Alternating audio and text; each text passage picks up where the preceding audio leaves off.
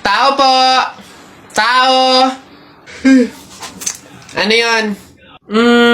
Magkano po kaya yung pansit canton? 15. Ay, teka lang po ate. Yung ano po kaya, yung suka po, magkano? Suka. 10. Aray. Wait lang po ate. Magtatanong pa lang po kasi inaabot nyo na agad. Yung ano na lang po, tanong ko lang po kung magkano yung presyo ng itlog.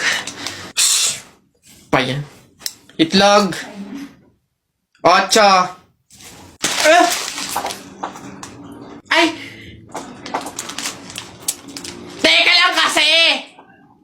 Putik nang iyan! Iba yung nabili sa nagtatanong lang. Nagtatanong lang ako, nasa harapan ko na agad. Tapos pag hindi binili, iirap-irap kayo. Mga tinderang to. Ay, pasensya na. Magkano to lahat? Pabalot.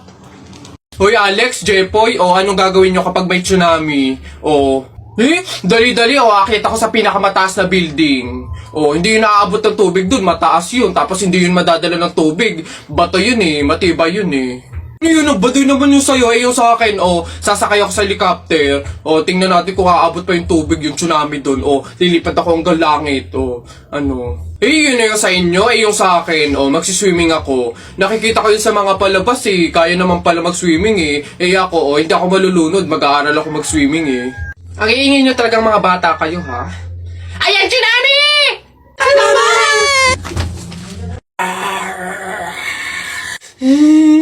Nay, naririnig nyo ba yun? Oo, anak, aswang yun, panigurado. Oo nga na, anong gagawin natin? Alam ko na yung pamahiin ng lola mo. Sabi na kasi pag daw may aswang, maglagay daw ng bigas sa gilid ng bahay para daw umalis na yung aswang. Ito, lagay mo sa gilid ng bahay, anak. Sige, Nay.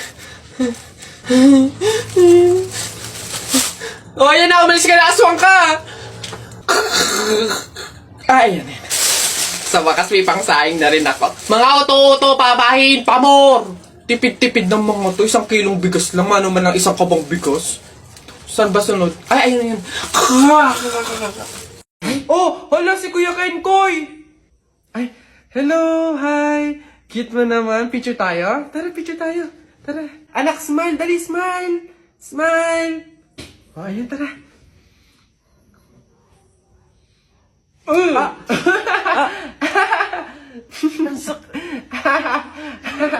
Anak, bakit mo ginawa yun? Bad yun, ha? Sorry po, Nay. Natutuwa kasi ako kasi nakita ko si Kuya Kenkoy, Pasensya ka na, ha? Pasalamat ka na dyan yung nanay mo kung hindi natapon na kita sa bangin. Ay, okay lang po. Una na po ako. Hi po, Kuya Kenkoy. Pinapanood ka po namin sa TikTok. Hello. Hi. Kamusta kayo? Parang hindi naman siya si Kuya Kenkoy kasi ang lapad ng mukha niya, Tapos ang tangkad pala niya. Akala ko maliit lang. Oo nga, parang siyang yung kapre ba yun? Yung parang dambuhalang pangit. Mga bata, alam niyo yung kuto? Di ba tinitiris yun? Gusto niyo tirisin ko din kayong dalawa, ha? Uwi! Pagod.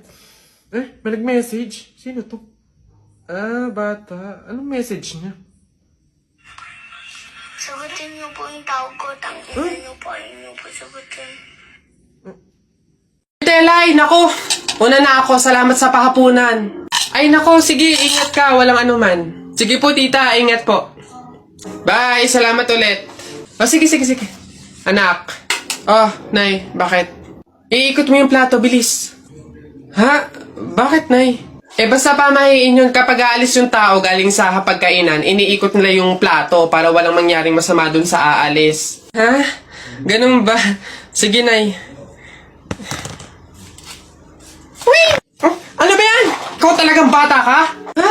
Nay, sabi mo iikot yung plato. Eh, ikat mo na ayos. Ay, nay, sorry. Pag sa bastos talaga ng batang.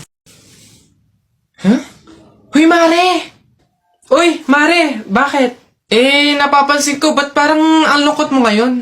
Eh, nako, Mare, minsan kasi naiisip ko kung makakapunta ba ako sa langit pag namatay ba ako, ganun. Sus, yun lang pala eh. Alam mo, may solusyon ako dyan sa iniisip mo. Ha? Solusyon? Ano naman yun, Mare? Eh di ba mahiin? Alam mo, sabi kasi nila, 24 hours daw na bukas yung gate ng langit tuwing Pasko. So kung sino daw yung namatay ng Pasko, eh swerte daw yun kasi daw diretso na daw agad sa langit yun. So ano, Mare, tara na, let's G? Ha? Aba sira. Ay, bakit Mare? Ipatingin mo na yung utak mo. Di ba? Besi, tignan mo. Girl, nasa mall ka, wala ka sa palengke. Ano ba yung suot mo? Wala ka bang taste? Walang style? Walang fashion? Ano ba yan, girl? Ilugar mo naman yung suot mo. Baduy? Bakit hindi mo kami try gayahin, girl? Sosyalin, yayamanin, fashionista, ganyan. 2023 na, oh. Glow up naman, girl. Habol tayo. Or baka naman, Bessie, walang pambili. Mahirap siguro, ganun, poor. Alam mo, girl, madami dyang mga cheap store, yung mga ukay-ukay. Try mong tumingin sa mga ganon. Para naman maging maganda ka at maging presentable yung suot mo. Ano ba yan, Bessie? Wala bang tricycle dito or jeep man lang? Paulan na, oh. Ano ba yan? Paano tayo makakauwi nito? Oo nga, Bessie, eh, hindi naman tayo pwede mag-book. Ang mahal-mahal ng pamasahe doon. Oh, girls! Ay. Kayo yung nakasabay ko sa mall kanina, di ba? Anong ginagawa? Commuters ba kayo? Ay, kala ko naman kasi kung makapan-judge ko yung kanina. Naghihintay kayo dito na ng jeep, no? Tricycle? Kawawa naman pala kayo. Girls, ha? Next time, ha? Wag na wag kasi kayo man-judge ng kung sinong tao, lalo kung hindi nyo naman kilala. And, wala namang issue pagdating sa pananamit. Kayo talaga. Sige, nauna na ako, ha? Ito kasi yung sasakyan ko. Oo, tama. Kahit ganito yung pananamit ko, may sarili akong sasakyan. O sige, una na ako.